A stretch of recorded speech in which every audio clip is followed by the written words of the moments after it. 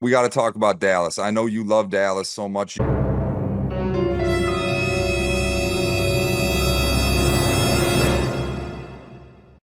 What are your expectations of this team? I think they got 11 wins in them, Mitchell. They play a lot of the rookie quarterbacks, the young quarterbacks. Dallas has 11 wins this season, but still goes to the playoffs. It makes me do my dance. What the F are you guys doing? You have yet to pay the guys who play the best on your team. How about them Cowboys? Angry Cowboys fan, are you down the line? Angry Cowboys fan, are you down to ride? Drop a like on the video, go ahead and subscribe.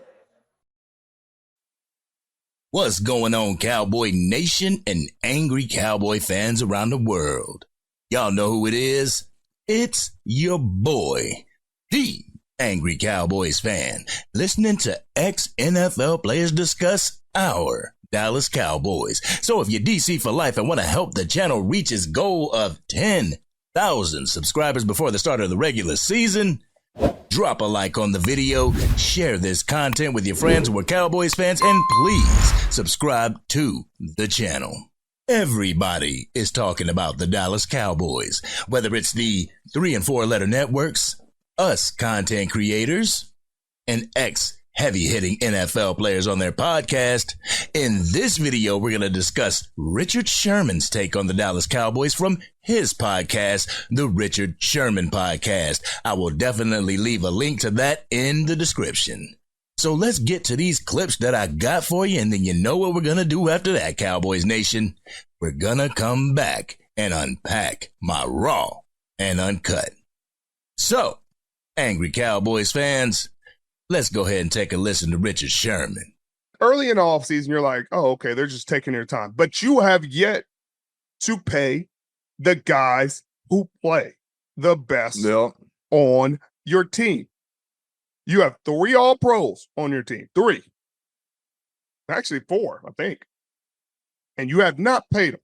You have not paid them. They're going to, hey, I told you guys last year, Dallas fans were, yeah, CD Lamb, you were so wrong. I was like, oh, yeah, you guys so excited about that. I love it. I love it. They're just not going to be as excited when he's making $31 million and you're handicapped with the rest of your roster because you're going to have to pay him $30 million. Then you're going to have to pay Micah. What did Nicholas John Bosa get? Because they're going to have to pay him a little bit more than Nicholas John Bosa. So that's 2 players for $60 million, Mitchell. And guess what? You're going to have to pay one more player, just one, for probably $60 million a year, Mitchell. Guess who that is? Dakota Prescott. The Dak. I mean, he's right.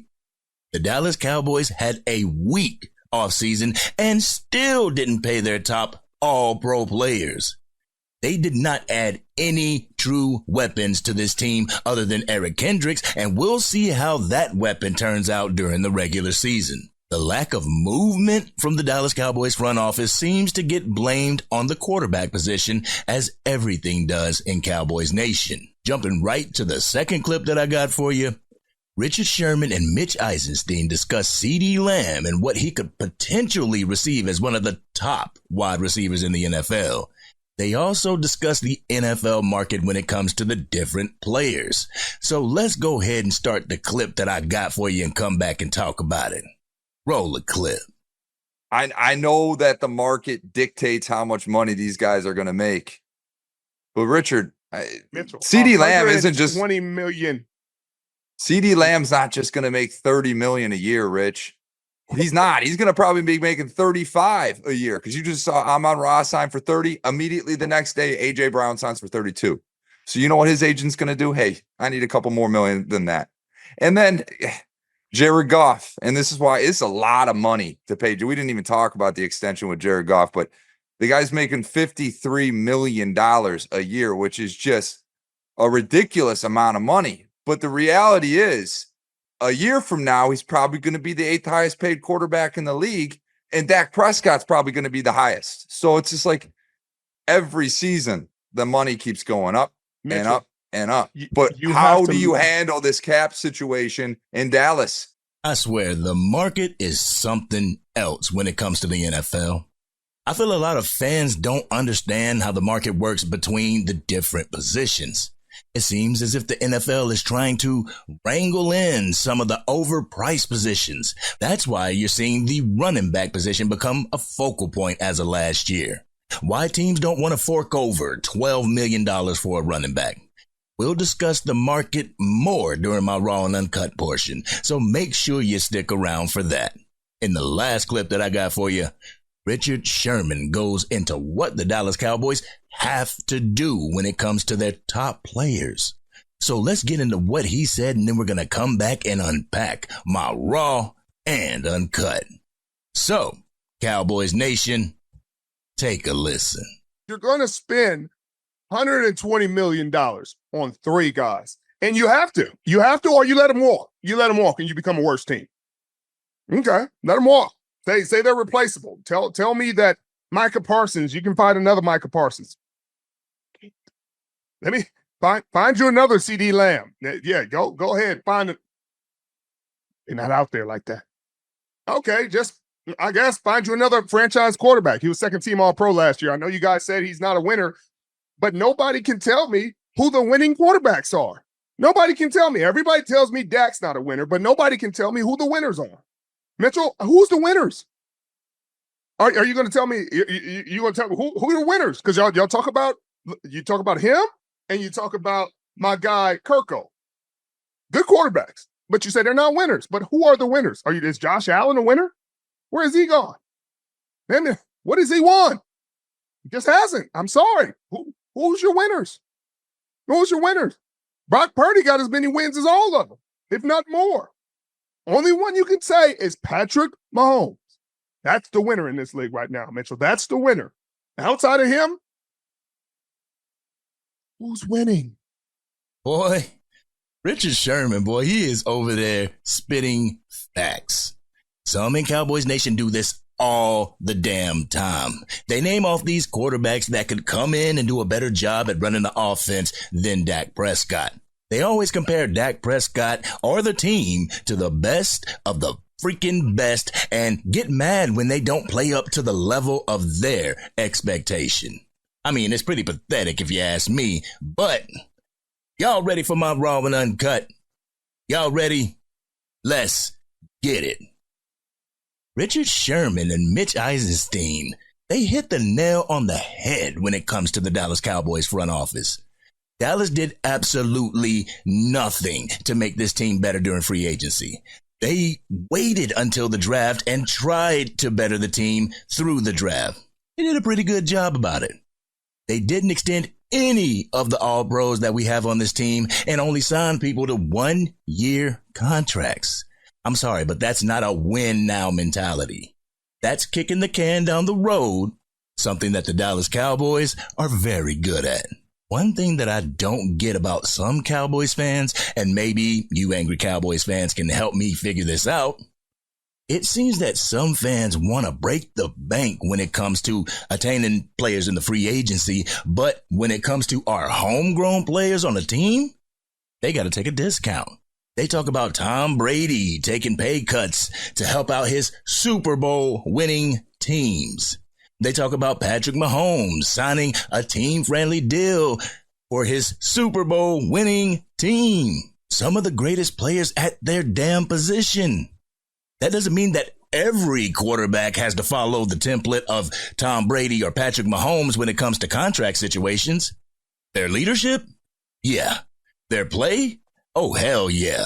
Take notes. Their contract situations, though? Just look at how the receiving core for the Chiefs struggled last year. Yes, they won the Super Bowl, but even with Patrick Mahomes signing a team-friendly deal, the Chiefs didn't surround him with top-tier players. So if I were Dak, I wouldn't take any type of pay cut unless it was said in my contract that I would have say as to who we would attain with said money, because who's to say that Jerry and Stephen Jones would even spend his sacrifice accordingly? They didn't when he took over from Romo and he was on his rookie deal. Remember that? But the mentality that we have to get away from is saying that our top tier players are replaceable. That's what we did with Amari Cooper. And guess what, guys? We miss him to this day. I cannot stress enough that this team should be adding players to the pillars of this team instead of contemplating getting rid of them. The all-pros of this team? We shouldn't be talking about starting all over or allowing our top players to leave in free agency while Cowboys Nation and the organization has Super Bowl aspiration. Bars.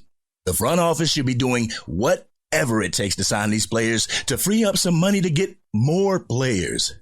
We need a defensive tackle really damn bad, but instead of trying to figure that out, people are stuck trying to get rid of Dak Prescott and complaining about the NFL quarterback market. Speaking of the quarterback market, do people actually understand how that works? Do fans understand that the quarterback market only truly affects you if you are in the top 10 at the quarterback position? People say Dak Prescott shouldn't make more than Patrick Mahomes. Well, you know who else is making more than Patrick Mahomes right now? Let's list them off. We got Joe Burrow at $55 million, Jared Goff at $53 million, Justin Herbert at $52.5 million, Lamar Jackson at $52 million, Jalen Hurts at $51 million, Kyler Murray at $46.1 million, Deshaun Watson at $46 million, and tied at 8th, Patrick Mahomes and Kirk Cousins at $45 million, with Josh Allen trailing them with $43 million.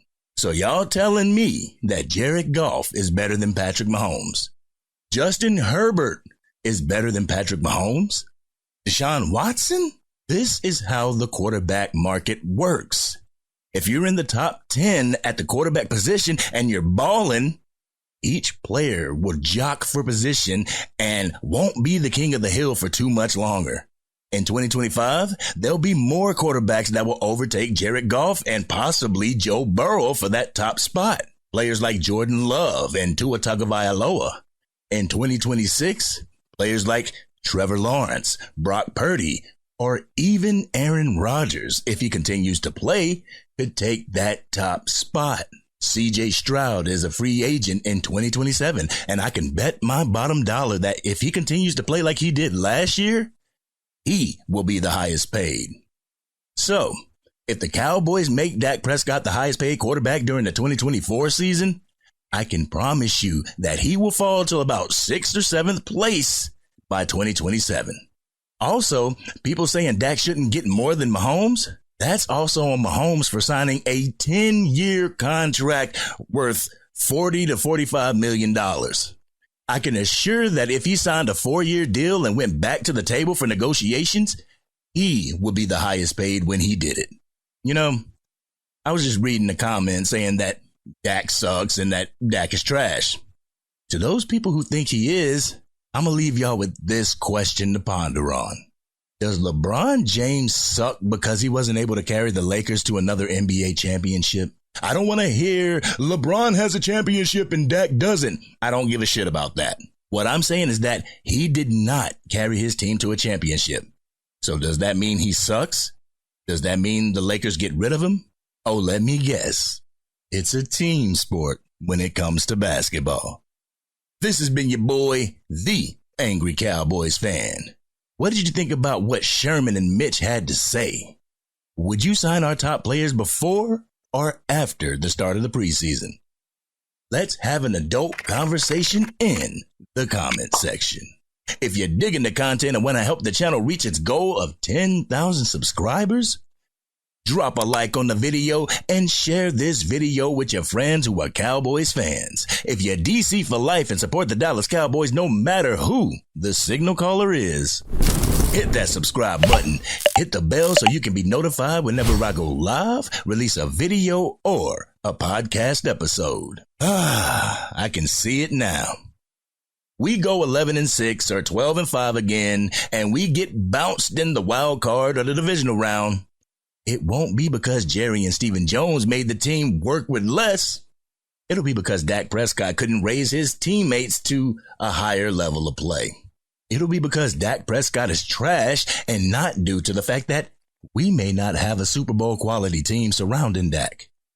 I truly feel some fans need something to bitch and complain about. And if y'all get rid of Dak for Lance, I'm pretty sure you will have enough to bitch about when Lance doesn't meet your expectation. This has been your boy, the Angry Cowboys fan, and I'm out.